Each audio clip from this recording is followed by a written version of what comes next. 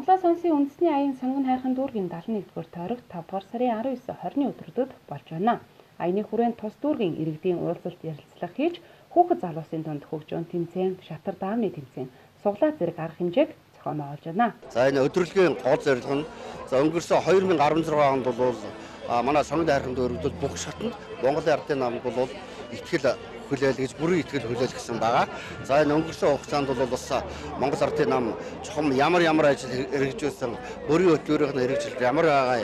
За мөн бүрэлдэхүүн иргэдтэй бол эмнэлгийн шинжилгээ, за төрөл бүрийн тоглоомууд, үйлчилгээнүүд бол явж байгаа. За ингээд Монголоос олсон аянд бол идэх санаачлагтай өргөнөөр оролцоорой гэж сонгон хайрхамчуудад уриалъя. Сонгон хайрхан дүүргийн ардчилсан намын хорооны 71-р тойргийн 12, 13, 14, 15, 16, 17, 30, 31-р үүрийн нээлттэй өдөрлөг 2 өдрийн турш зохиогдож байгаа байна. Хүмүүс бол энэ өдөрлөгийг маш их хүсэн хүлээсэн байна. Яаж мэдгэж байна гэхээр хүмүүс маань маш их олон саналууд өгж байна. Тал талаас дэмжигчд орж ирж одоо нөгөө усны урсгалч гэдэг шиг бас их олноор орж хурж иж бас дэмжиж оролцож байна.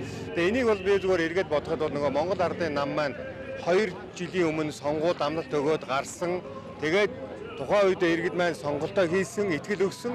Энэ 2 жилийн хугацаанд нөгөө нөхдүүд маань өөрсдийнхөө дүр төрхийг үнэн дүр төрхөө харууллаа гэж би өөртөө ойлгож байна л да. Тийм учраас гишүүд маань хүмүүс урд нь сонгохгүй одоо урд нь бас нэг жоохон шүмжлэнгөө ханддаг байсан хүмүүс одоо хүртэл хурж ирээд саналаа хэлээд ховчиж уулзаад ингэ явж байна. Тэгээ энийг бодоход бол би бол бас Монгол ардын нам бол үнэхээр амлалтандаа хүрээгүй, ард иргэд бол үнэхээр цөхөрсөн байна гэж би энэ өдөрлөгөөс би олж харлаа. Хоёрдугаарт нь манай нам ч гэсэн энийг бас энэ олон саналуудыг нэгтгэж багцлаад одоо шатны тийм ээ дүүрэг нийслэл улсын их хурлын өөрсдийн ардчилсан намын бүлгээрээ дамжуулаад бас нэлээд шахалт үзүүлж ингэж ажиллах хэрэгтэй байна. Эцсийн дүндээ нөгөө энэ 4 жилд одоо ард түмэн бол бас тодорхой хэмжээгээр улс орон ч гэсэн нэг алхам ч гэсэн агсан байх ёстой. Энд бол ардчилсан нам бол өөрийнхөө хувь нэмрийг иргэдийн саналаар дамжуулаад бас хүрэх ёстой байна гэж би ойлголоо. Сонгон хайрхан дүүргийн ардчилсан намын төлөөлөл сонгон хайрхан дүүргийн иргэд ахмадуудыг хүлээн авч уулзаж тэдний санал бодлыг сонсох юм байна.